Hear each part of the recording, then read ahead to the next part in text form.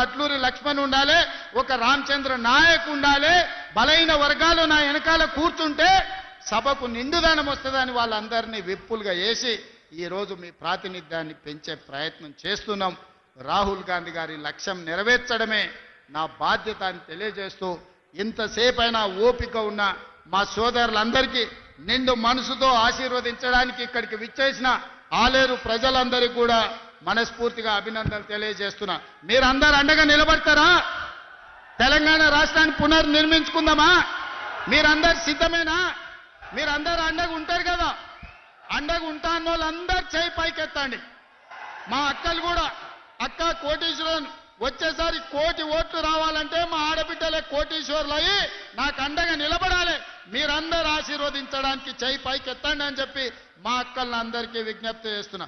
జై కాంగ్రెస్, జై జై కాంగ్రెస్. ధన్యవాదాలు మిత్రులారా.